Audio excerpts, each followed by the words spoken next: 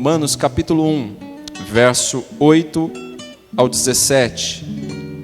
Diz assim a palavra do Senhor: Antes de tudo, sou grato a meu Deus, mediante Jesus Cristo, por todos vocês que em todo o mundo está sendo anunciada, porque em todo o mundo está sendo anunciada a fé que vocês têm.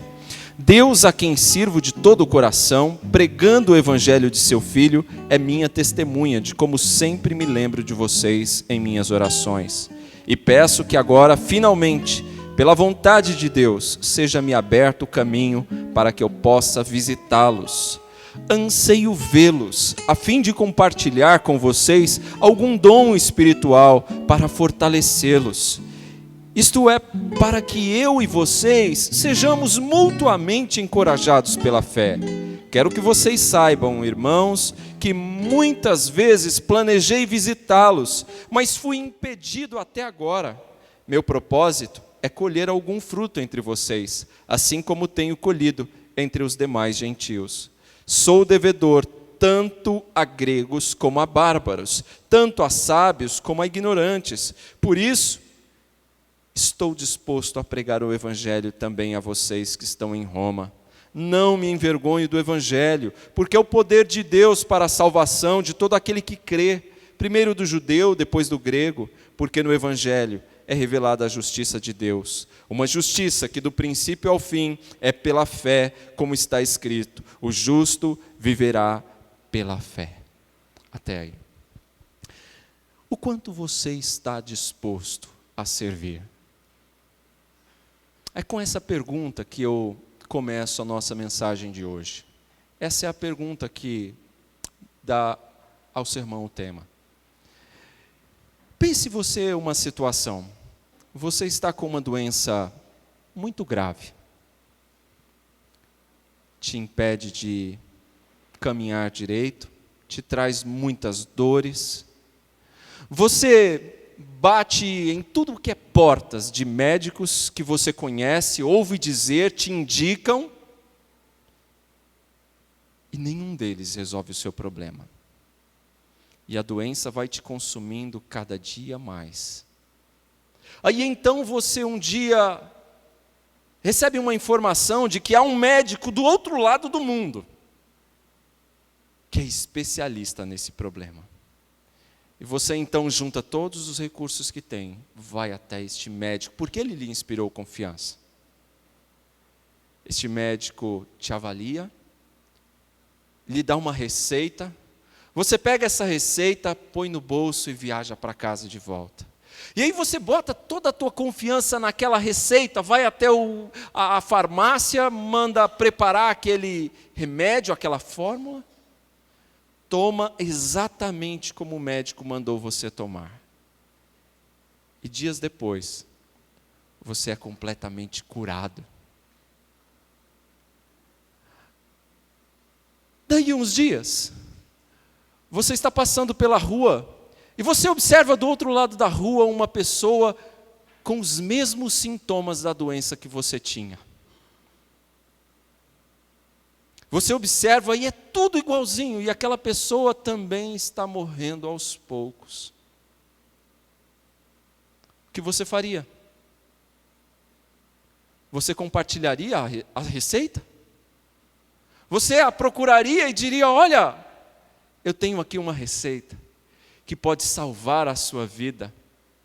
É isso que você faria? Você estaria disposto a servir? Era essa a situação em que estava vivendo o apóstolo Paulo. Ele foi salvo. Ele foi curado. E ele tinha essa receita.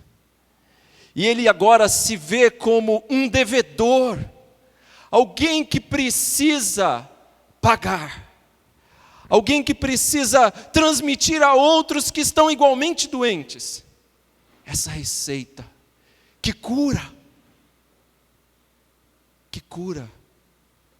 que dá vida, e ele está disposto a fazer isso. Por isso eu pergunto: e você? Está disposto? Está disposto a servir assim? Está disposto a compartilhar a receita? Bom, o quanto você está disposto a servir? O texto começa nos dizendo que antes de tudo, antes de qualquer outra coisa, é necessário ser grato. É isso que Paulo fala no verso 8. Ele começa o texto com ações de graças. Para Paulo, Deus não é uma abstração filosófica. Não. Para Paulo, Deus é um amigo real. Como nós cantamos, ele diz: sou grato a meu Deus. Não é abstrato, é meu Deus. O seu Deus é objeto da sua confiança, do seu amor. É a quem ele deve tudo. É a quem ele deve a sua vida. É quem o curou. É quem o transformou de um perseguidor da igreja em um arauto do evangelho. O transformou em um promotor do evangelho poderoso de Jesus Cristo. Irmãos, a primeira coisa que Paulo faz é demonstrar gratidão. Você está disposto a servir? Primeiro, seja grato. Seja grato se Deus te habilitou para servir. Paulo demonstra gratidão porque em Roma, a capital do império, a capital do mundo da época, a Roma pagã, a Roma elitizada, agora lá naquele lugar, havia pessoas adorando a Jesus Cristo, havia ali igrejas, havia ali irmãos se reunindo para adorar a Cristo, e aquilo era razão de gratidão, e a fé daqueles irmãos era uma fé sólida, e por toda parte, em todo o mundo conhecido, se falava da fé dos crentes romanos. Era uma igreja que Paulo não conhecia ainda. E ele se alegra com tudo isso. E ele começa, antes de tudo, dando graças a Deus, glorificando a Deus, com gratidão. Porque ali em Roma, aquela capital pagã, havia um povo de Deus. Irmãos, eu louvo a Deus também. Porque nos nossos dias, muitos irmãos, muitas pessoas têm abraçado a fé reformada. Eu tenho conversado com pastores de outras igrejas e eles dizem como muitas pessoas têm vindo de igrejas neopentecostais, têm abraçado a fé reformada. Este é o ano onde completamos 500 anos da reforma protestante. E eu louvo a Deus, tenho gratidão, porque muitos têm abraçado a fé reformada. A fé que se repousa única e exclusivamente nas Escrituras e não nos costumes dos homens, e que varia de geração para geração. Você está disposto a servir? Se você está disposto a servir, é preciso integralidade. Veja o que Paulo diz no verso 9. Deus, a quem sirvo de todo o coração, pregando o evangelho de seu Filho. Ele é minha testemunha de como tenho orado por vocês. Paulo diz, o Deus a quem eu tenho servido de todo o coração, com integralidade, porque é assim que Deus quer. Deus não te quer pela metade. Deus não te quer dividir com o mundo. Ele te quer por inteiro. Ele não quer que você seja crente aqui, mas lá no trabalho você não tenha compromisso nenhum com a fé. Ele não te quer assim. Você quer ser assim? Ele não te quer assim. Então você não está disposto a servir. Se você está disposto a servir, Deus quer integralidade. Paulo ora por diversas vezes. Ele diz que se dedica de todo o coração a pregar o evangelho de Cristo. O evangelho que ele também chama de evangelho de Deus. E o que é este evangelho? Primeiro, antes de mais nada, nós precisamos entender o que significa evangelho. Ora, pastor, essa é fácil, diria para mim a Nick. Essa é fácil. evangelho significa boa mensagem. Evangelho significa boas novas, não é, Caleb? É fácil essa. Mas, que boas novas são essas? Vamos entender como é que esse termo era utilizado naquele contexto, no Antigo Testamento, no Novo Testamento, e como precisa ser entendido nos nossos dias. No período mais remoto, no Antigo Testamento, evangelho, irmãos, era uma boa notícia assim. Um médico é convidado para examinar um doente. E quando ele chega à casa e examinava um doente, ele via que não era algo muito sério. E aí, então, ele dizia à família: olha, o caso não é sério. Isso se chamava boa nova. Se chamava evangelho para eles. Essa boa notícia. Uma outra forma em que o termo era empregado no Antigo Testamento, e muito comum, era nas batalhas. Quando os homens saíam juntamente com todo o exército para uma batalha, alguns ficavam. E eles ficavam alguns vigias na torre, aguardando voltarem com notícias. E sempre voltava alguém com notícia. E quando aquela batalha ela acabava, quando algo importante acontecia, sempre vinha alguém correndo para trazer a notícia. Esse alguém que vinha correndo para trazer a notícia, ele era avistado de longe por aquele soldado, aquele homem que estava na torre vigiando, esperando a notícia. E quando ele chegava com a notícia, aquele corredor era inclusive corredor da maratona, por isso vem aí o termo maratona.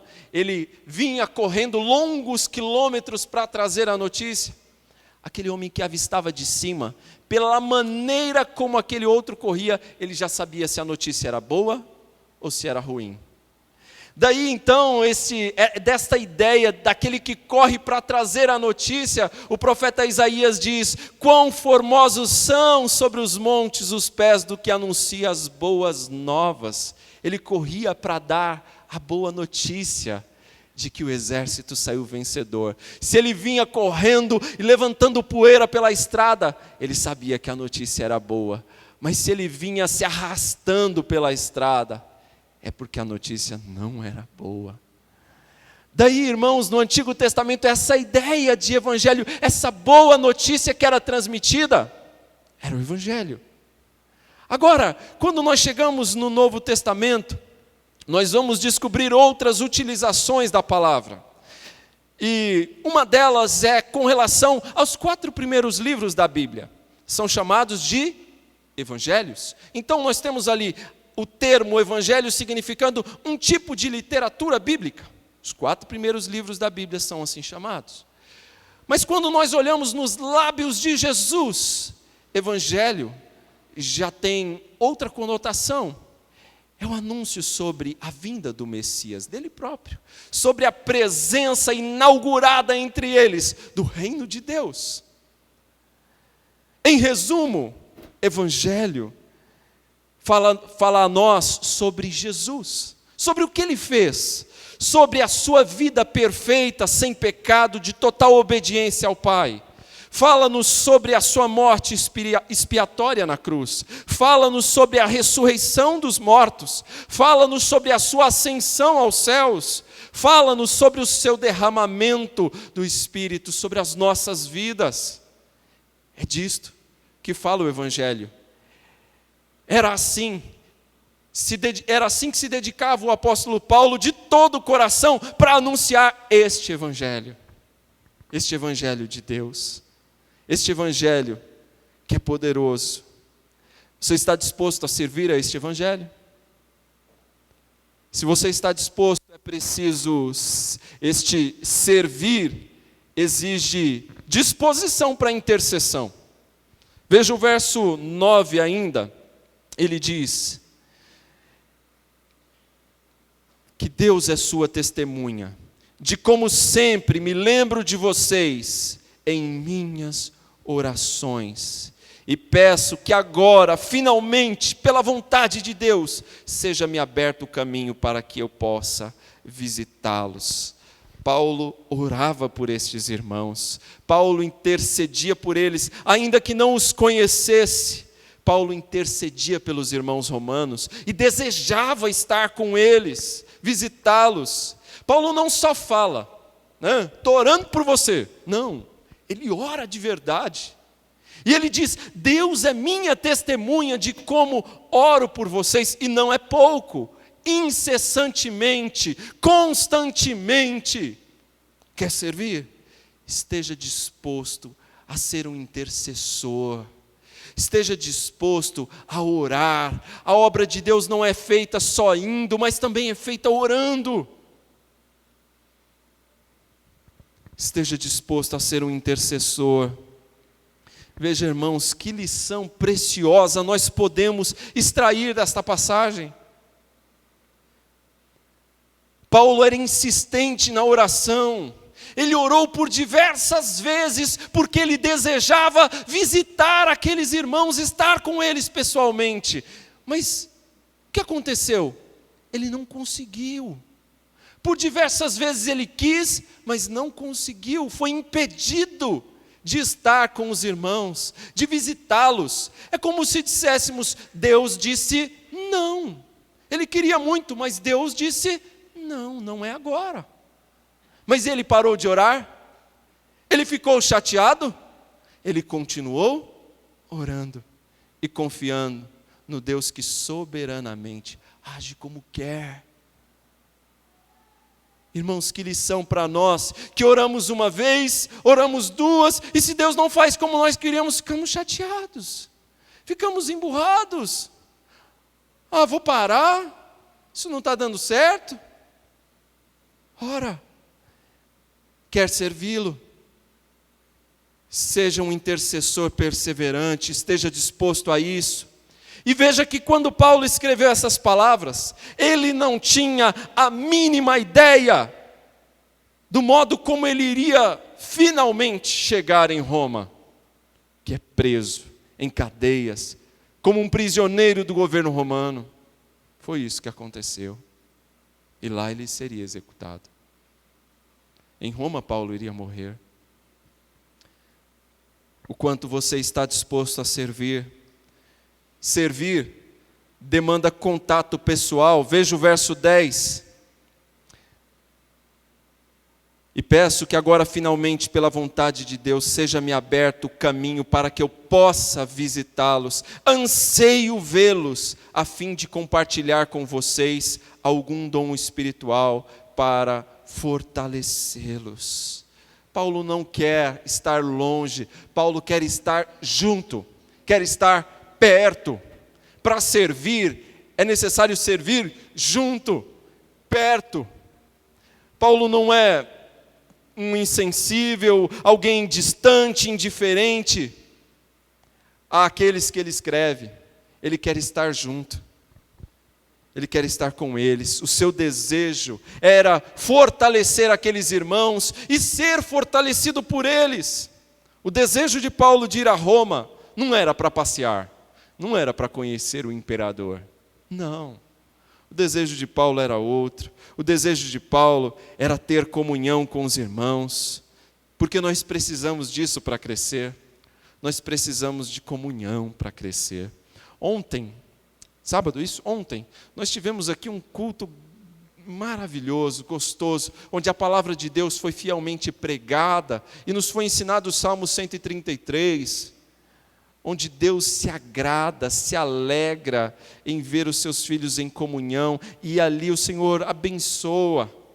Irmãos, quando nós estamos em comunhão, nós crescemos, porque nós precisamos uns dos outros, nós precisamos deste contato. Quando temos comunhão, quando nos relacionamos como deve ser, as bênçãos são sempre recíprocas.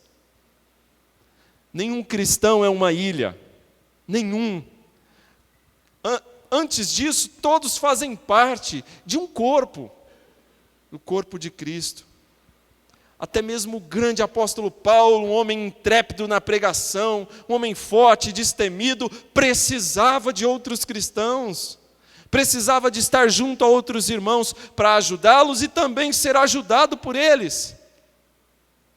Conosco não é diferente. O Evangelho de Jesus é assim. Ele tem essa natureza inclusiva, sim, porque as boas novas são para todos, sejam gentios, pobres, ricos, grandes ou pequenos, homens ou mulheres, para todos. Mas por outro lado, este Evangelho também é exclusivo. Ele tem uma natureza inclusivista e outra exclusivista. Porque ele afirma, este Evangelho afirma, que não há outro nome debaixo do céu pelo qual importa que sejamos salvos, senão o nome de Jesus. Meus irmãos, vocês estão dispostos a servir? É preciso desejar, edificar e ser edificado. O verso 11 mostra este anseio de Paulo para fortalecê-los, para compartilhar algum dom espiritual, isto é, para que eu e vocês sejamos mutuamente encorajados pela fé. Paulo expressou aqui o seu desejo de partilhar dons com os irmãos, de abençoá-los com os seus talentos, com aquilo que ele sabe fazer, com aquilo que Deus lhe deu. E aqui nós vemos um traço de humildade na vida do apóstolo. Sabe por quê? Ele se põe no mesmo nível dos irmãos.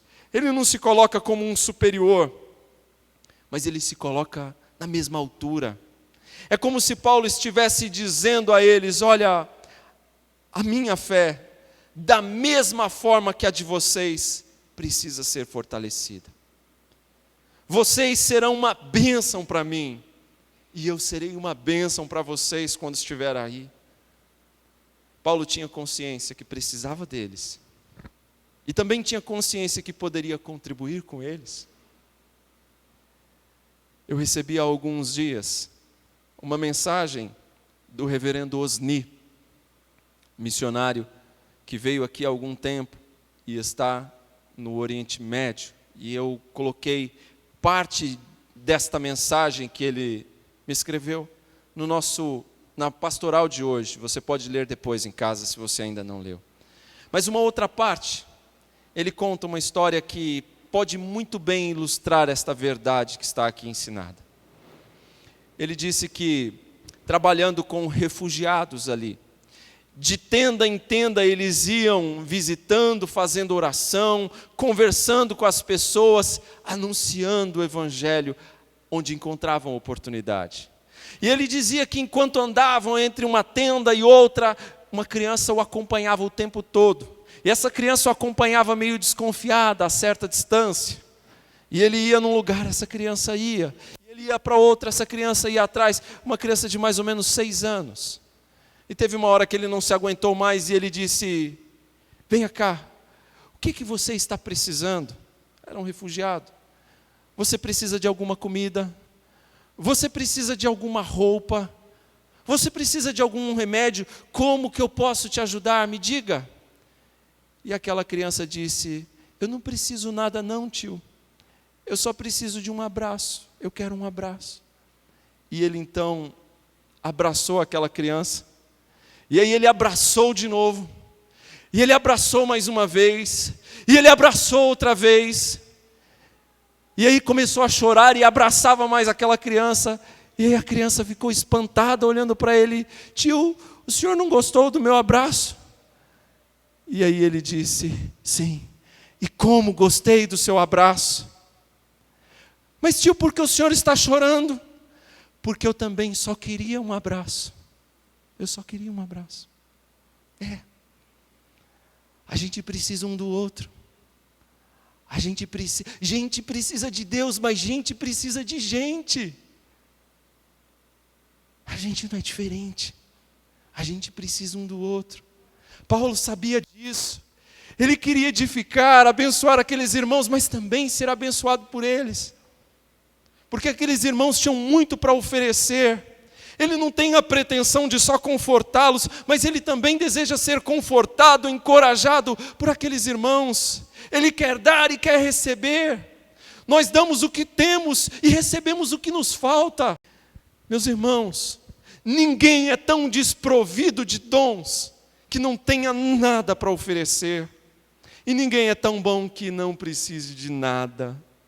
Sabe o que acontece, irmãos? A grande verdade é que, muitas vezes, é a má vontade e o orgulho que nos impedem de tirar proveito uns dos outros, de crescer uns com os outros. É isso que acontece.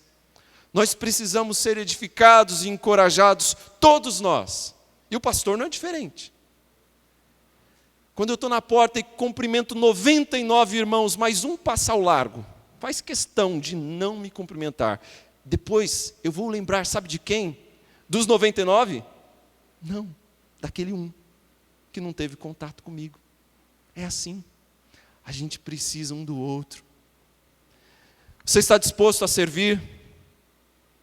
A vontade de Deus então não pode ser ignorada.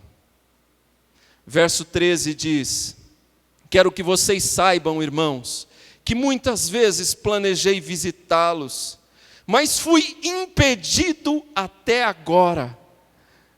Até agora. E o meu propósito é colher algum fruto entre vocês, assim como tenho colhido entre os gentios.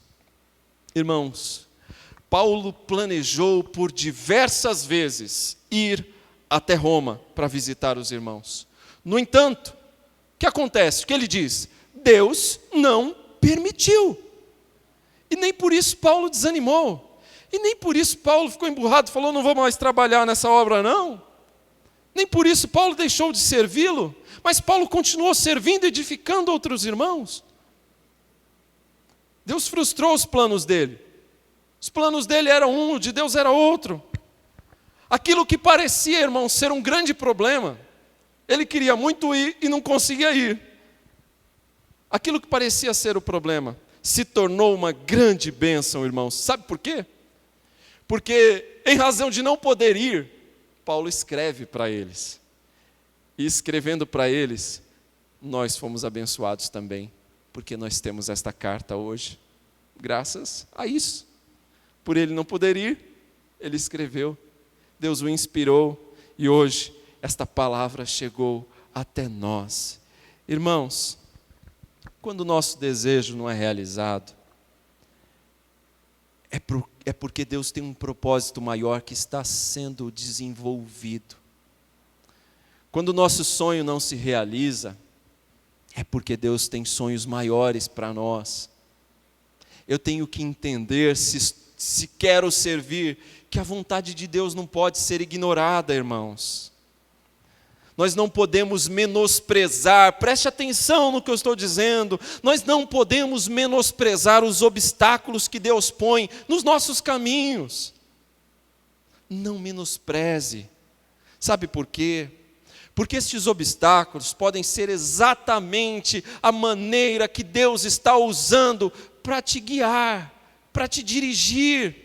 Ele fecha umas portas aqui, mas Ele abre outras ali.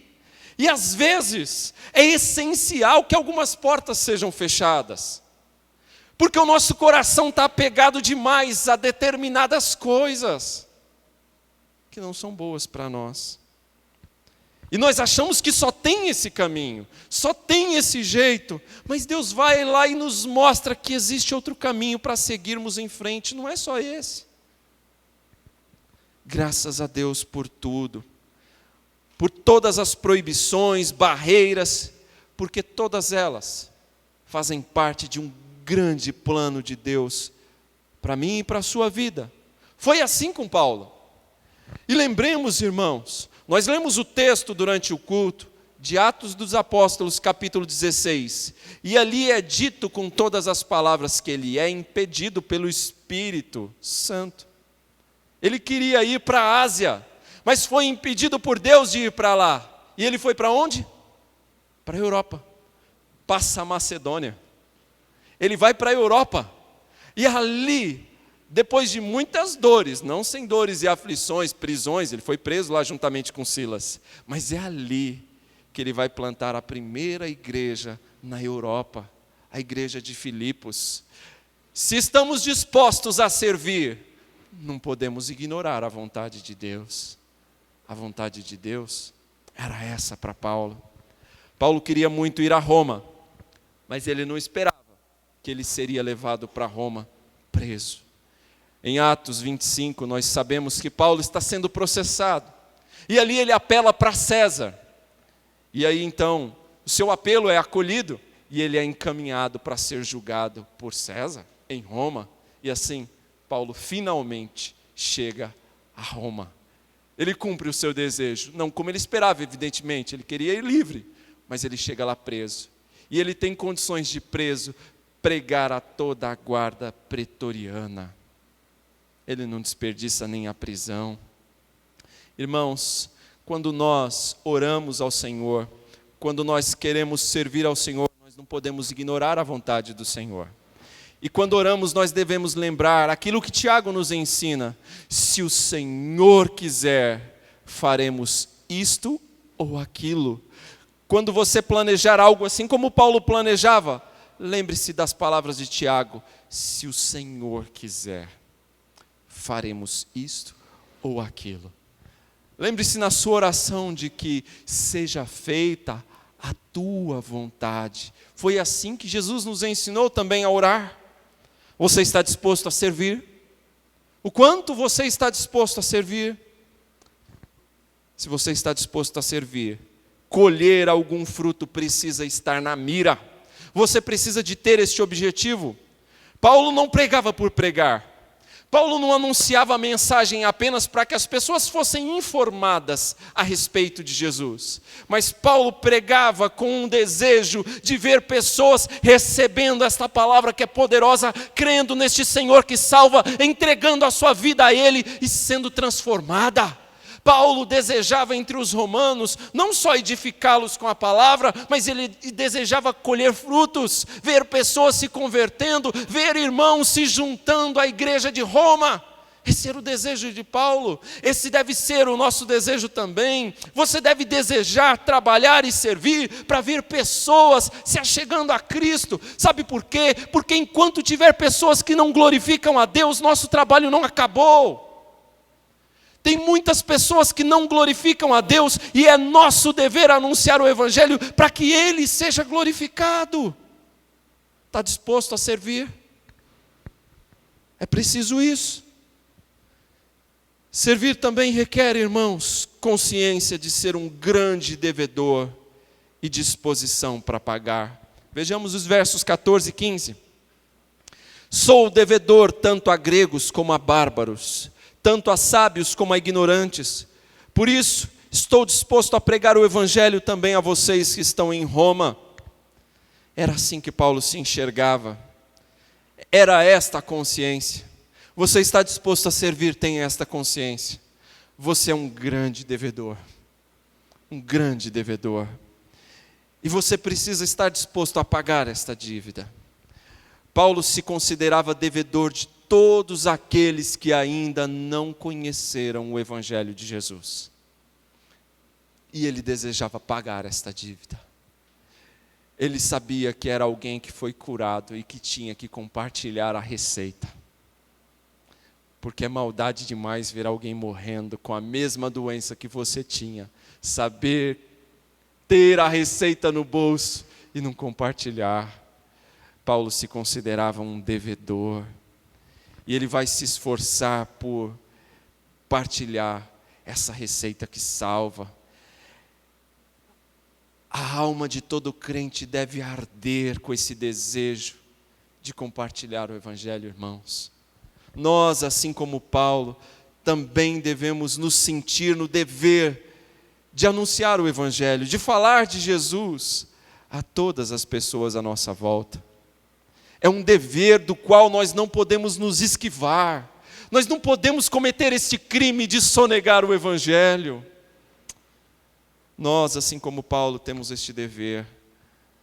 E ele estava pronto. Paulo diz: eu estou pronto, eu sou devedor e eu estou pronto a dividir esse Evangelho, independente do custo. E Paulo sabia que tem custo. E o custo era a sua própria vida. Ele morreria em Roma. Mas não tem como não ter um custo alto. Quando nós estamos falando de anunciar o Evangelho a um mundo perdido, a um mundo que está na sua fase terminal, não tem como não ter custo. Quando você entrega a sua vida ao Senhor Jesus, há sempre um custo. E nós somos devedores. Não estamos numa brincadeira. Somos devedores. Lembre-se, somos um doente que fomos curados e que precisamos repartir a receita. Mas eu não fui curado ainda, então aproveite a receita hoje. Faz o remédio. Experimenta também cura. Faça isso. Você vai ver como é bom. Não vai mais andar doente. Não vai mais andar em fase terminal. Mas vai ter vida. Está disposto a servir? Então não tenha vergonha. Eu não posso ter vergonha deste Evangelho. No verso 16, Paulo diz: não me envergonhe do Evangelho, porque é o poder de Deus para a salvação de todo aquele que crê. Primeiro do judeu, depois do grego. Eu não me envergonho desse Evangelho. Para o apóstolo, era a sua grande honra pregar o Evangelho, falar deste Evangelho. Mas por que razão alguém poderia ter vergonha? Por que razão alguém poderia ter vergonha do Evangelho? Por que razão um doente poderia ter vergonha da receita, do remédio que o curou? Por que razão? Bem, naquele contexto, irmãos, o Evangelho era identificado com uma pessoa. O Evangelho era identificado com um homem. O Evangelho era identificado com um carpinteiro judeu que fora crucificado. E os romanos não tinham nenhuma admiração pelos judeus. E os romanos não tinham nenhuma admiração por alguém que tivesse sido crucificado. Além disso, irmãos, Roma era uma cidade altiva. Roma era uma cidade orgulhosa. E os crentes de Roma, a igreja de Roma, não era a elite da sociedade da época. Eram pessoas simples. Para estas pessoas de Roma, alguém morrer numa cruz não era algo de se orgulhar, era algo dispensado aos piores criminosos. É por isso que Paulo fala: não me envergonho do Evangelho. Os judeus, a maior parte deles em Roma, eram pessoas simples ou até mesmo escravos. Então não era orgulho nenhum para os romanos a ideia de um fabricador de tendas, que era Paulo, planejar uma viagem para Roma para pregar o Evangelho naquela cidade grande. Essa ideia parecia cômica, mas Paulo diz: não me envergonho do Evangelho. Por quê? Porque naquela época, irmãos, assim como hoje, os sábios do mundo nutriam um certo desprezo pelo Evangelho. Os romanos pensavam que tinham tudo. E agora Paulo deseja ir para lá, para compartilhar o Evangelho. Ele diz: não me envergonho do Evangelho, porque o Evangelho, ele estava centralizado na cruz de Cristo. E até os judeus olhavam a cruz com desprezo. O texto que nós lemos de 1 Coríntios, capítulo 1, nos fala sobre isso. A cruz era sinal de loucura para os judeus e escândalo. Paulo diz: não me envergonho deste Evangelho. O Evangelho que é pregado com fidelidade, irmãos, ele gera oposição, ele gera intrigas. O Evangelho fielmente pregado, ele vai gerar, irmãos, até desprezo e escárnio. Mas aprove a Deus salvar o homem pela loucura da pregação do Evangelho. E por que Paulo já havia enfrentado tantas dificuldades, ele poderia dizer: não me envergonho do Evangelho, porque por causa do Evangelho ele foi chamado de falador, tagarela, tagarela, é isso? É assim que se fala, tagarela, sim, paurador. Por causa do Evangelho, Paulo foi insultado. Por causa do Evangelho, Paulo sofreu açoites. Por causa do Evangelho, ele foi quase que morto. E ele diz: não me envergonho deste Evangelho. Ao contrário, sou devedor dele. E qual a razão disso? Porque esse Evangelho procede de Deus. Este Evangelho procede do alto. Não era dele, não era de Paulo, era de Deus. Porque este Evangelho é a boa notícia de perdão para o pecador. Porque esse Evangelho é o poder de Deus que quebra corações empedrados.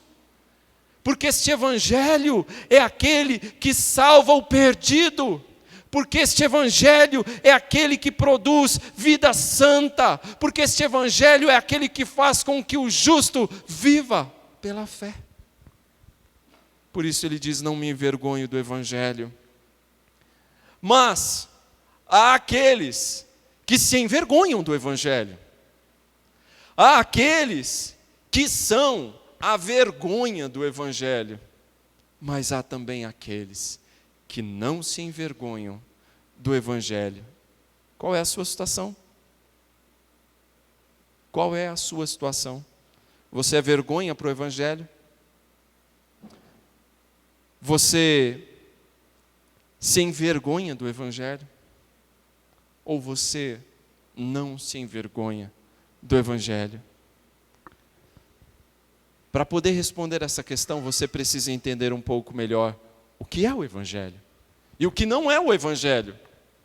O Evangelho não é propaganda de prosperidade como se prega nos nossos dias. O Evangelho não é o que é anunciado por aí, onde se anunciam mansões terrestres. Não, o Evangelho nos fala de mansões celestiais. O Evangelho, irmãos, nos fala de cura da alma e não apenas de milagres de curas físicas. Deus não mudou, Ele é o mesmo, Ele continua curando nos nossos dias. Nós somos testemunhos disso. Mas o Evangelho verdadeiro, é aquele que cura a alma e nos reconcilia com Deus. Esse é o Evangelho de verdade. O Evangelho de Paulo estava centrado na pessoa de Cristo e não nos milagres que Ele pode fazer. O Evangelho de Paulo não é popular. O Evangelho que Paulo anuncia não é essa mensagem que atrai multidões, mas é a mensagem que reconcilia com Deus. Mas que é escândalo para alguns. Mas é o poder de Deus. Este é o Evangelho. Jesus, irmãos, não veio com o propósito de nos aliviar a dor. Jesus não veio com o propósito de te dar uma vida melhor, mais confortável, mais agradável no mundo. Não é esse o propósito primeiro de Jesus. Jesus veio para te salvar do pecado e da condenação eterna. Veio para te reconciliar com Deus. Esse é o propósito dele. E é sobre isso que nos fala o Evangelho. Jesus não veio para fazer um monte de milagres para ver se você vai ter fé. Até porque nas épocas em que mais milagres foram feitos, era a época em que o povo mais desandava. Lembra da época de Moisés? Quantos milagres Moisés não fazia, não é? Arão? Quantos milagres aquele povo não via, não é? E quão rebeldes eram. E na época de Elias, não é diferente? Muitos milagres foram feitos, nem por isso foi uma época em que o povo teve mais fé e andou com Deus. Veja, irmãos, o propósito do Evangelho não é esse. O Evangelho que Paulo anuncia não é o Evangelho do descompromisso com Deus, mas é o do compromisso. Não é o Evangelho de profissão de lábios, pura e simplesmente, mas é o Evangelho que se compromete de todo o coração. Esse é o Evangelho. Não é o Evangelho do batismo puro e simples com água, mas é aquele que batiza com o Espírito. O evangelho que Paulo pregava não é um evangelho de muita adesão como nos nossos dias, mas era um evangelho que convertia de verdade. Irmãos, é triste ver como há crentes hoje que não tem mais sede de Deus, não tem mais prazer na palavra, crentes que não oram, crentes que não se alegram de estar na casa de Deus, crentes que amam mais o mundo do que as coisas de Deus, crentes que querem viver nos dois ao mesmo tempo, querem servir a Deus e ao mundo, mas nunca vão conseguir e não vão ser saciados. Irmãos, depois que recebemos a Cristo, nós não podemos nos envergonhar do Evangelho. Não podemos. Jesus, certa vez, nos advertiu sobre isso, que não ficássemos envergonhados dos seus ensinamentos, porque senão, Ele também teria vergonha de nós diante do Pai. E o verso 16 parece uma resposta de Paulo a esse ensinamento de Jesus. Ele diz: não me envergonho do Evangelho, porque é o poder de Deus para a salvação de todo aquele que crê. Paulo não se sentiu intimidado ou envergonhado quando discursou no Areópago. Em Atos 17 nós vemos isso. Ele não sentiu vergonha de pregar o Evangelho enquanto esteve preso em Roma. Da mesma forma, ele não sentiu vergonha quando teve que pregar para os intelectuais de sua época. E nós também não podemos nos envergonhar. Envergonhar-se de Jesus, envergonhar-se dos seus ensinamentos, é algo muito sério, irmãos. É algo muito sério. E no mínimo uma grande ingratidão. Não devemos ter vergonha de Cristo. Você não pode esconder-se. Esse é um ponto crucial nos nossos dias. Eu vejo hoje crentes querendo ser cristãos do serviço secreto. Já viu? Crentes do serviço secreto. Ninguém sabe no serviço que ele é crente. Ninguém sabe na família que ele é crente. Um punhadinho de gente sabe que ele é crente. Não dá para ser assim. Você está disposto a servi-lo? Tá? Então não tenha vergonha do Evangelho, não tenha vergonha de Jesus, não tenha vergonha de dar testemunho de que eu sou de Jesus. Tem uns camaradas que aparecem aí na televisão em horário top, dizendo eu sou a Universal. E tem gente que tem vergonha de dizer eu sou de Jesus, não é? Não tenha vergonha do Evangelho. E por último, esse Evangelho produz vida.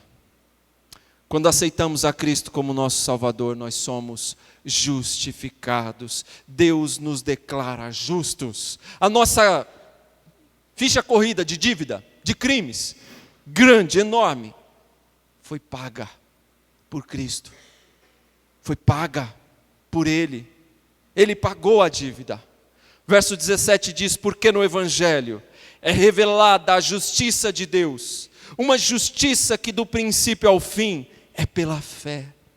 Como está escrito, o justo viverá pela fé. Este foi o grande texto da Reforma Protestante, que completa 500 anos em outubro deste ano. Irmãos, este é o famoso versículo da conversão de Martinho Lutero. A história registra que Lutero buscou todos os meios de que tinha conhecimento, dentro dos limites do mosteiro em que vivia, para satisfazer as leis de Deus. Mas mesmo assim, ele não conseguia. E ele não tinha paz. E Lutero era um especialista na lei de Deus. Mas ele, quando tentava satisfazer a lei de Deus, ele se via aterrorizado. Quando ele olhava para a perfeição da lei de Deus e olhava para a sua condição de pecador, ele se via aterrorizado. Foi quando então ele se deparou com esse texto, onde é dito que Deus não esperava a justiça dele, mas a justiça de Cristo era posta sobre ele, e ele deveria viver pela fé nos méritos de Cristo Jesus. E quando ele, pela fé, se apropria dos méritos de Cristo Jesus, ele é declarado justo. É como eu disse lá na nossa primeira mensagem, é como se agora ele fosse uma criança vestida do sobretudo do pai. E que ela botou até em cima e você não vê nada a não ser o sobretudo. É assim que Deus nos vê. Ele só vê a justiça de Cristo que é posta sobre nós. Ele não vê mais aquela tua lista imensa de pecados, a minha lista maior ainda de pecados. Mas ele vê a justiça de Cristo posta sobre mim e sobre você. Porque este evangelho, ele produz vida. Ele produz vida pela fé. O evangelho é esse poder irresistível de Deus. Este poder que entrou no território romano, que entrou em prisões e entra em todo lugar e transforma. É o único capaz de salvar o pecador, de trazer onde apenas havia morte, trazer vida. É este evangelho, é sobre ele que Paulo está falando, é dele que eu não me envergonho. Ele produz vida a todo aquele que o recebe. A palavra de Deus nos diz que quando a palavra é pregada, ela não volta vazia. Ela produz vida, salvação àquele que ouve, crê. Mas produz condenação àquele que ouve e não se importa. Mas ela sempre vai produzir algum resultado: salvação ou condenação. Mas por outro lado, há uma limitação aqui, irmãos. É dito que é o poder de Deus para a salvação de todo aquele que crê. Porque aquele que não crê não é salvo, mas está condenado. Só existe salvação e vida para aquele que crê. Seja ele judeu, gentil, seja ele grego, seja ele pequeno ou grande, homem ou mulher, não importa. Para todo aquele que crê. O Evangelho revela a justiça de Deus. Deus é justo e santo. E naquele dia, quando compareceremos diante dele, não serão as cestas básicas que dei, os remédios que comprei que vão contar. Mas é a justiça de Cristo. É a fé naquilo que Cristo fez por mim, que fará toda a diferença. Porque a justiça de Deus se revela através de Cristo e é apropriada pela fé. Hoje, irmãos, o crente mais fraco é tão justificado quanto o mais piedoso, porque diante do tribunal de Deus, ele é declarado justo. E todos nós somos iguais diante de Deus quando declarados justos. Um não é mais justo do que o outro. A sentença é a mesma. E este ensinamento da justificação pela fé vai ser o grande lema da reforma protestante. É assim que Deus nos vê hoje, justificados. É assim que Deus nos vê. Não é como nós nos vemos.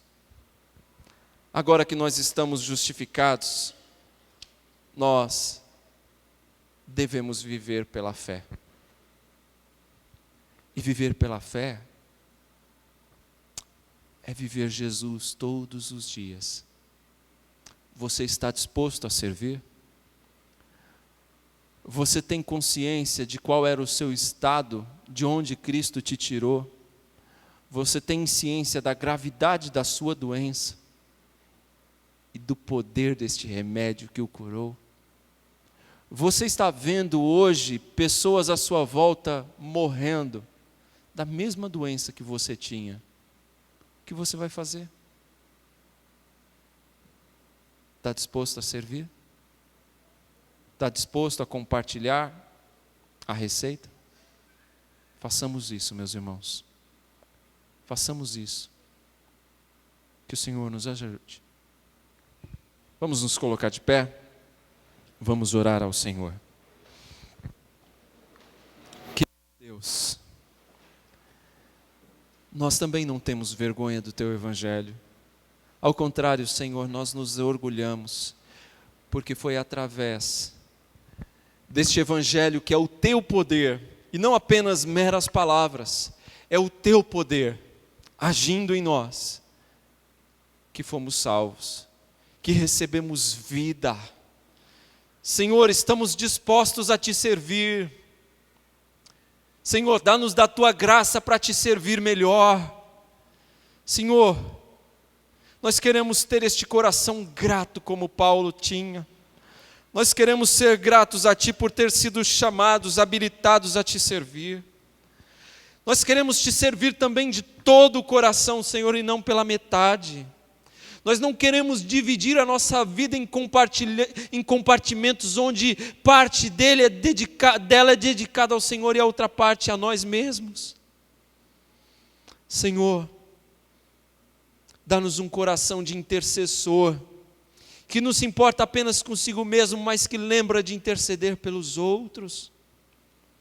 Senhor, dá-nos uma disposição para servir, com contato pessoal, estar perto dos irmãos, poder edificar e ser edificado, Senhor, dar e receber, experimentar comunhão, Senhor. Ajuda-nos a viver assim, Pai. Senhor, que não ignoremos a tua vontade, mas saibamos que o Senhor é soberano e conduz como lhe apraz a nossa vida.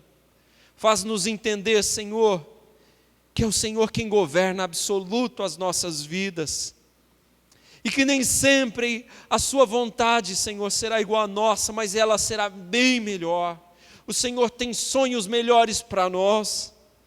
Senhor, faz-nos confiar que quando anunciamos o teu evangelho com graça, quando anunciamos o teu evangelho com a tua unção, com o teu poder, Senhor, vidas são salvas.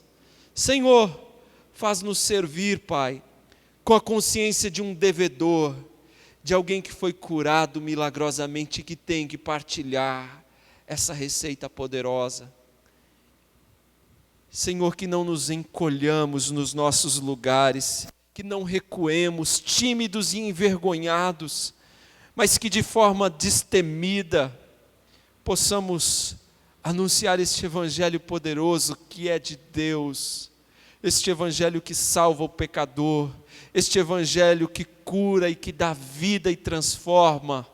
Senhor, opera através das nossas vidas com o poder do teu evangelho, em nome de Jesus. Guarda, Senhor, os teus filhos, concede a cada um uma semana preciosa na tua presença, onde possam testemunhar àqueles que estão cambaleantes do outro lado da rua, aqueles que estão cambaleantes ao lado, morrendo com a mesma doença da qual um dia fomos curados. Senhor, dá que os teus filhos tenham esta oportunidade rica, a coragem, a alegria de testemunhar deste evangelho.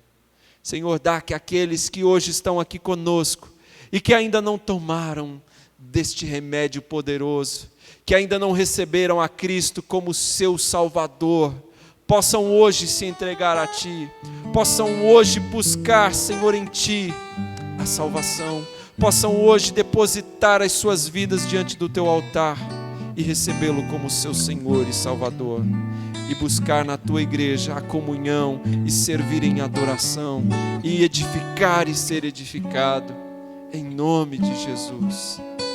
Recebei a bênção, irmãos, que o amor de Deus, o nosso eterno Pai, que a consolação, a graça do Espírito Santo, a edificação do Espírito Santo, que a graça e a bondade de nosso Senhor Jesus Cristo esteja com vocês, meus irmãos, com suas famílias e com todo o povo de Deus, hoje e sempre.